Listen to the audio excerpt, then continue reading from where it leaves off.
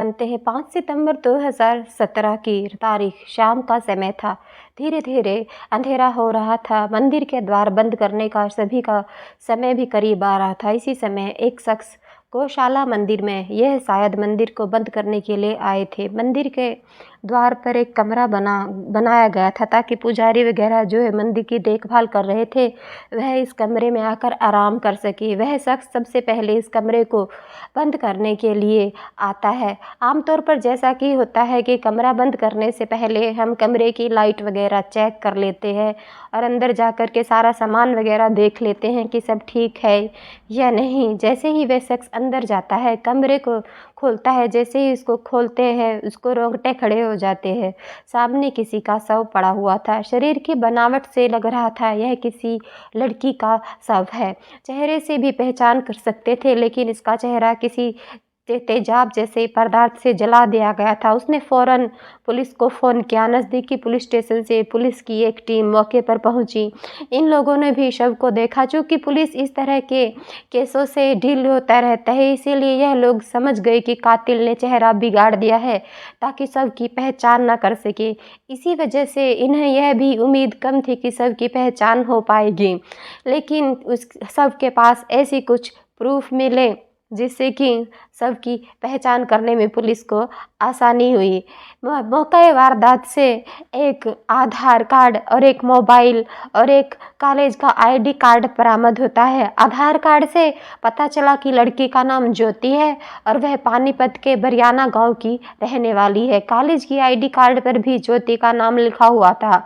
यह आर्य कॉलेज में BA second year की छात्रा थी। फिर पुलिस ज्योति के घर वालों को फ़ोन करती है। सुबह 9 बजे कॉलेज गई थी, लेकिन शाम तक ज्योति घर वापस नहीं आई थी और इसीलिए उसके घर वाले भी परेशान थे और वह लोग पुलिस के पास भी गए थे। गौशाला मंदिर में एक लड़की का शव मिला।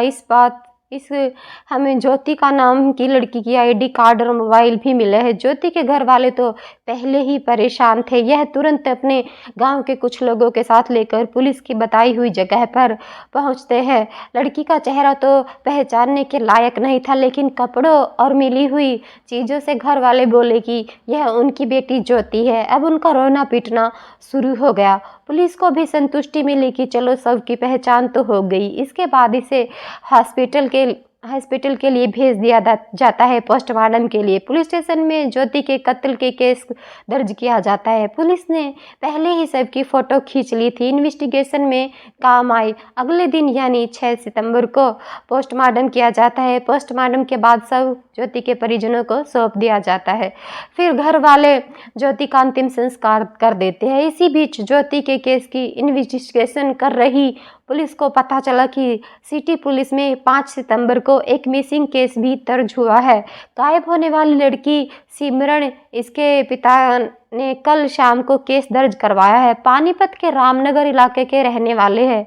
ज्योति के घर वालों की तरह सिमरन के घर वाले भी परेशान है। 5 सितंबर सुबह 9 बजे से एसडी कॉलेज में पढ़ने वाली उनकी बेटी भी लापता है, जो सेकेंड ईयर की छात्रा थी। अब क्योंकि यह दोनों लड़कियां अपने अपने कॉलेज आने के बाद गायब हुई थी, इसीलिए पुलिस सबसे पहले ज्योति के कॉलेज जाती है।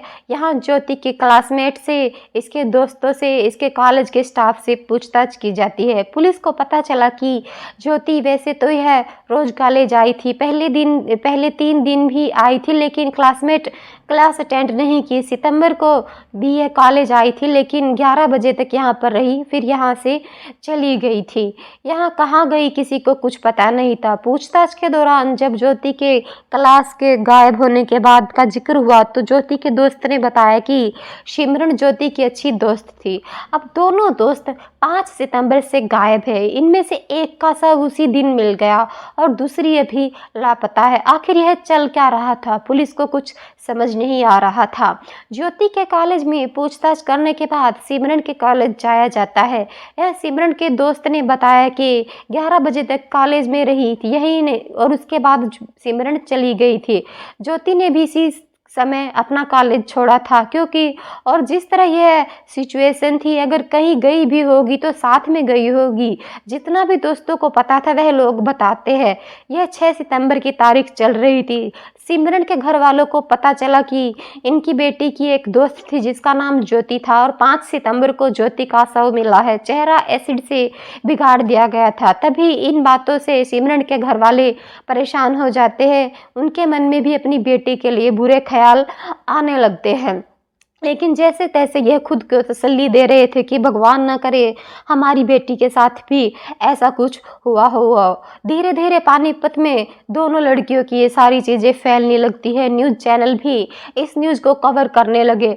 लोगों को पता चलने लगा कि पानीपत में 2 लड़कियों के एक साथ गायब होने से कुछ हो गया है। सिमरन को लापता हुए अब तक 48 घंटे बीत चुके थे। पुलिस के पास कोई सुराग नहीं था। सिमरन के घर वाले ज्योति की खबर सुनकर टूट रहे थे और उधर ज्योति के घर वाले भी अपनी बेटी का अंतिम संस्कार करके न्याय की मांग कर रहे थे। किसी का इनको नहीं पता था कि आखिर इनकी बेटी के साथ वह दरिंदगी किसने की है। उनकी बेटी ने किसी का क्या बिगाड़ा था। और जब उसके कातिलों को सजा मिलती तभी उनकी बेटी को इंसाफ मिलता। सिटी पुलिस स्टेशन के चक्कर काट रहे पुलिस ने अपनी मिसिंग कंप्लेंट में बारे में अपडेट ले रहे थे। 5 सितंबर से 7 सितंबर आ गया। आज भी सिमरन के पिता सुबह में सिटी पुलिस स्टेशन आते हैं। इत्तेफाक से इस दिन थाने में ज्योति के केस के बारे में लोग बात कर रहे थे, क्योंकि एक लड़की का शव मिला और दूसरी लड़की मरने वाले की दोस्त है और लापता है। तो कहीं ना कहीं यह भी डाउट था कि सिमरन ने ज्योति का कत्ल किया होगा। इसी समय सिमरन के पिता थाने में पहुंचते हैं। किसी पुलिस ऑफिसर ने इन्हें ज्योति के शव की तस्वीर दिखाई। पिता थोड़ा ध्यान से फोटो को देखते हैं। ज्योति का चेहरा तो पहले ही पहचानने लायक नहीं था, लेकिन जहां जहां तेजाब नहीं पहुंचा था वहां जगह जलने से बच गई थी। कान के आसपास का एरिया था। सिमरन के पिता बड़े ध्यान से इस तस्वीर को देख रहे थे और हैरान हो रहे थे। इनके पसीने छूटने लगे। यह तस्वीर दिखाने वाले ऑफिसर कहते हैं, इस बार थोड़ी डिटेल में बात वालों ने बताया कि 5 तारीख खुलासा किया। इसने बताया कि 5 सितंबर को शाम कृष्ण ने मुझे जीटी रोड पर स्थित गौशाला में मंदिर में बुलाया था। उसने कहा एक ड्रामा होना है, हम लोग उसमें परफॉर्म करने वाले हैं, उसकी रिहर्सल करनी है, इसीलिए तुम गौशाला मंदिर में आ जाना। टाइम पर मैं वहां पर गया था, लेकिन मुझे रीअपेयर का फॉर्म फिल करना था, इसीलिए मैं वहां से थोड़ी देर में ही वापस आ गया। मेरा काम जब पूरा हो गया तो मैं दोबारा वहां पर गया, लेकिन वह जगह खाली थी और इसीलिए मैं वहां से वापस अपने घर पर चला गया। मंजीत की बातें सुनकर पुलिस को याद आया कि उस लड़की का शव भी तो यहीं पर मिला था जहां पर कृष्ण ने मंजीत को बुलाया था मंदिर के पास में। पुलिस को शक पैदा हो रहा था कि यह ज्योति का है, यह सिमरन का है। उसके कपड़ों से तो लीगल डॉक्यूमेंट से पता लगाया था कि सब ज्योति का है। उसके घर वाले भी यही क्लेम कर रहे थे, लेकिन 48 घंटे बाद 7 सितंबर को सिमरन के पिता शव की तस्वीर देख करके कह रहे थे कि इनकी बेटी सिमरन की फोटो। दोनों परिवारों के तर्क संतुष्टि भरे थे। यह भी हो सकता था कि वह इन सभी डाउट को क्लियर करने का बस एक ही तरीका था, शव का डीएनए जांच कराना। लेकिन शव का तो ज्योति के परिवार ने अंतिम संस्कार कर दिया था। अगर मैं आपको एक बात पहले नहीं बताई हो तो अब बता देती हूँ। पोस्टमार्टम करते समय डॉक्टर शव का कुछ सैंपल प्रिजर्व करके रख लेते हैं ताकि जरूरत पड़ने पर दोबारा से इसकी जांच कर सके। केस में भी शव के सैंपल रख लिए गए थे।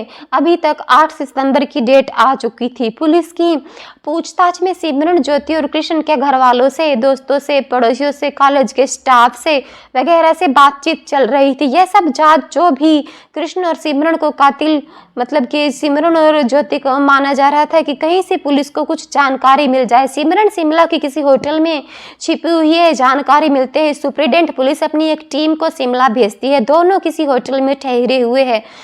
पुलिस को जैसे ही शिमला की लोकल पुलिस से मदद लेकर अलग अलग होटलों की जांच शुरू करती है। इसके बाद कृष्ण और सिमरन की फोटोज भी इन्हें ढूंढते ढूंढते पुलिस शिमला के एक रॉयल होटल में पहुंचती है। रिसेप्शन पर फोटो दिखाकर इनसे पूछताछ की जाती है। लड़का यहीं पर ठहरा हुआ है, लेकिन किसी दूसरे नाम से। अब बताया गए रूम के दरवाजे पर आते ही डोरबेल बजाती है। कुछ ही मिनट में एक लड़की दरवाजा खोलती है। अभी तक पुलिस ज्योति को ही मृत समझ रही थी। सिमरन और कृष्ण साथ में है होगी, लेकिन जब सामने वाला दरवाजा खुलता है तो पुलिस के पैरों तले जमीन खिसक। आइडिया आया कि अगर यह किसी तरह से अपने घर वालों को यकीन दिला दे कि वह मर चुके हैं तो कभी इसके घर वाले इसे ढूंढने की कोशिश नहीं करेंगे। फिर दोनों अपने परिवारों से दूर कहीं शहर में एक नई पहचान के साथ अपने सपनों की दुनिया बसाएंगे। यही यकीन दिलाने के लिए एक असली शव की भी इंतजाम करना था, ताकि इनके साथ साथ पड़ोसी, रिश्तेदारों, सभी दोस्तों को यकीन हो जाए कि ज्योति इस दुनिया में नहीं है। कृष्ण को ज्योति का आइडिया पसंद आया। इसके बाद शव की जरूरत थी, क्योंकि अगर साथ रहना है तो दोनों परिवारों को यकीन दिलाना होगा, वरना ज्योति के घर वाले कृष्ण के घर वालों का जीना हराम कर देंगे। करीब 1 महीने तक यह दोनों प्लानिंग करते रहे, क्या क्या करना है, कैसे करना है। कृष्ण ने कहा कि वह लड़के का इंतजाम करेगा, क्योंकि अपने कॉलेज में सबसे सीनियर था, इसीलिए वह बाकी स्टूडेंट से कहता कि जल्दी से चला जाऊंगा, लेकिन मेरी जगह पर मेरे जैसा काबिल स्टूडेंट चाहिए, सब कुछ संभाल नहीं सके। क्योंकि कृष्ण ने अपने शिकार के लिए एक लड़के और एक लड़की का जरूरत थी, इसलिए इसने स्टूडेंट से बोला कि इस बार यह लड़का और एक लड़की को चुनेगा। ऐसा करते ही अपने कॉलेज में एक एक लड़के और लड़की को देखता है। कुछ दिनों बाद BA सेकेंड ईयर की सिमरन और BSc थर्ड ईयर का मंजीत मिल गया। कद काठी में शरीर के हिसाब से दोनों बिल्कुल परफेक्ट थे। कृष्ण अब ज्योति इसके बारे में बताता है। कृष्ण ने के कॉलेज में ड्रामा वगैरह भी होता रहता था। इसके कॉलेज में ड्रामा देखने के लिए आती थी। इसके इशारे पर ज्योति सिमरन से दोस्ती करती है। दोनों का प्लान धीरे धीरे आगे बढ़ रहा था, क्योंकि इनको अपना पूरा प्रेजेंट मिटाकर नए सिरे से जिंदगी शुरू करनी थी। इसलिए शिकार मिलने के बाद इनके प्लान का दूसरा चरण आता है। कृष्ण बहुत लोगों से जान पहचान थी, इसने किसी की मदद से फेक आधार कार्ड जैसे लीगल डॉक्यूमेंट बनवा लिए। प्लान के तीसरे चरण में सबसे खौफनाक कांड की इन्होंने जगह भी चुन ली। गौशाला मंदिर के उस कमरे में कृष्ण की जान पहचान का कोई रहता था। इसे पता चला कि वह शख्स 3 दिन के लिए गौशाला नहीं जाने वाला है, और अगर देर रात तक उसे पहुंचेगा तो इस तरह कत्ल की डेट रखी गई 5 सितंबर। प्लान के अनुसार सुबह 11 बजे ज्योति सिमरन को प्ले की रिहर्सल के बहाने गौशाला की उस कमरे में लेकर जाती है। उधर कृष्ण ने मंजीत को यही बात बोल रखी थी कि वहां पर रिहर्सल लिए आना है, और मंजीत कुछ काम में बिजी होने के कारण नहीं जा पाता, और उसे रिपेयर का फार्म भी भरना था। यह ध्यान में आने के लिए बाद वह वहां पर नहीं जाता है। मंजीत और सिमरन को साथ में ठिकाने लगाने थे, लेकिन ऐसा हो नहीं पाया। मंजीत वहां पर नहीं आया। मंजीत ने खुद बोला कि इसे वहां पर आने में थोड़ी देर हो जाएगी। अब धीरे धीरे शाम हो रही थी। ज्योति और कृष्ण की टेंशन बढ़ने लगी थी। अगर दिन का काम नहीं हुआ तो फिर कभी नहीं होगा, मौका मिलेगा या नहीं, इन्हें नहीं। शिकार पहले ही मिला है, उसे ठिकाने लगाना चाहिए, बाद में दूसरे का देखेंगे। प्लान के अनुसार इन्होंने कोल्ड ड्रिंक का इंतजाम किया, सिमरन को पिलाया। इसमें नींद की दवा थी। सिमरन बेहोश हो गई।